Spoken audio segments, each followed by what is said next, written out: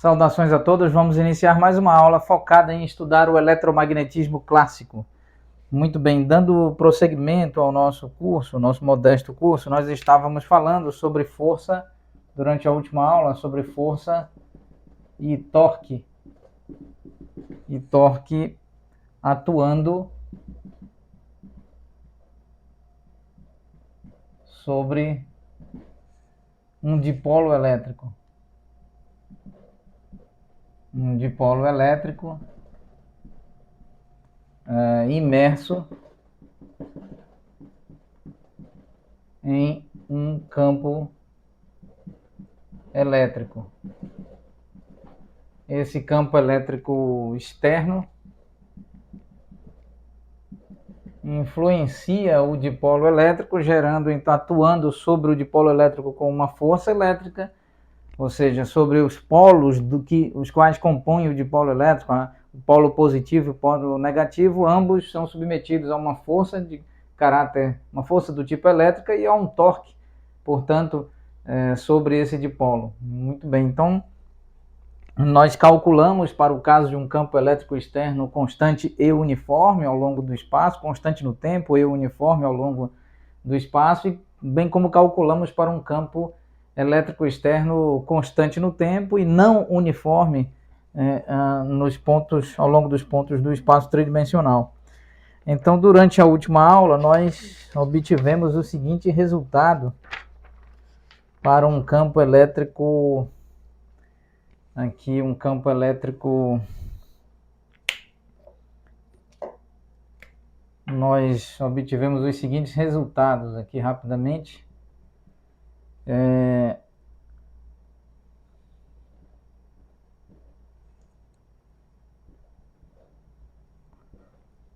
Estão detalhados durante as últimas aulas, apresentadas no contexto deste curso.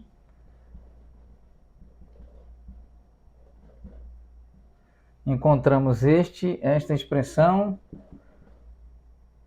a outra expressão, ambas demonstradas detalhadamente.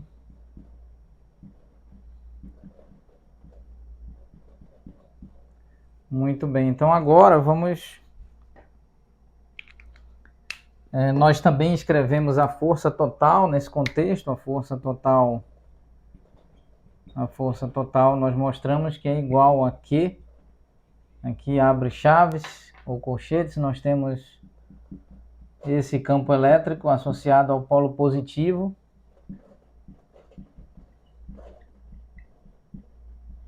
menos o campo elétrico associado ao polo negativo, atuando sobre o polo negativo. Aqui o campo elétrico atuando sobre o polo positivo, o campo elétrico atuando sobre o polo negativo. Então esses resultados nós mostramos durante a última aula. Agora nós vamos aplicar uma série infinita de Taylor para um campo vetorial. E nós sabemos, do ponto de vista do cálculo vetorial em espaço euclidiano de 3 dimensões, que um campo vetorial apresenta componentes nas direções de I versor, J versor e K versor, e essas direções e estas componentes dependem das componentes do vetor posição, ou seja, depende de x, y e z, de modo que nós adaptaremos a série de Taylor para uma função com uma única variável, já bem conhecida, adaptaremos para uma função com várias variáveis no contexto de um campo vetorial no espaço euclidiano de 3 dimensões. Então vamos agora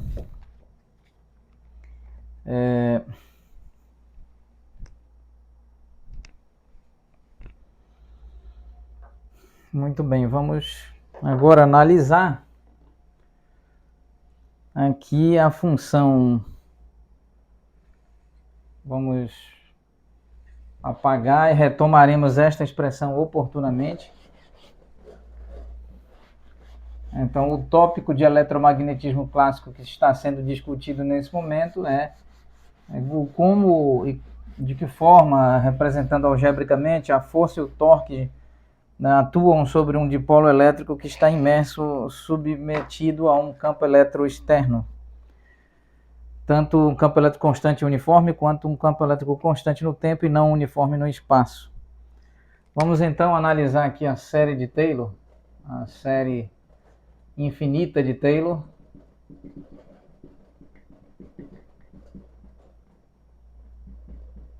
Então aqui para uma função f de x, a qual pode ser expandida em série infinita de Taylor em torno de um determinado ponto de seu domínio, essa função expandida em série infinita de Taylor pode ser escrita como somatório em n variando de 0 até infinito, x menos x0, ou seja, a expansão em série infinita de Taylor ocorre no domínio de x em torno do ponto x0, aqui expoente n, n fatorial, e nós temos a derivada de ordem n aplicada sobre a função f de x. E ao fim, essa derivada assumirá x igual a x subíndice 0. Muito bem, nós já sabemos como tratar, fizemos isso em outras aulas e em outros cursos aqui disponibilizados no nosso canal. Nós já sabemos que f de x aqui é igual, fazendo para n igual a 0, é x menos x0 elevado a 0 dividido por 0 fatorial, derivada de ordem 0 aplicada a f de x. Nós sabemos que toda derivada de ordem 0 aplicada sobre f de x é a própria função f de x. Para n igual a 1, nós temos x menos x0, aqui expoente 1, 1 fatorial, derivada de ordem 1, aplicada sobre f de x, e por fim aplica-se x0, ponto em torno do qual a série infinita é realizada, essa expansão em série infinita de Taylor é realizada. Aqui x menos x0 elevado a expoente 2 dividido por 2 fatorial, derivada de segunda ordem. Assim, por fim, aplica x0 mais x menos x0 elevado a 3, aqui 3 fatorial, derivada de terceira ordem.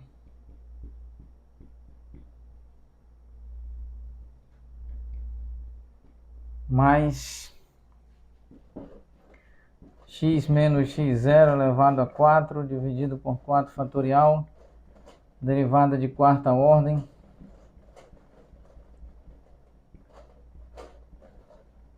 mais infinitos termos.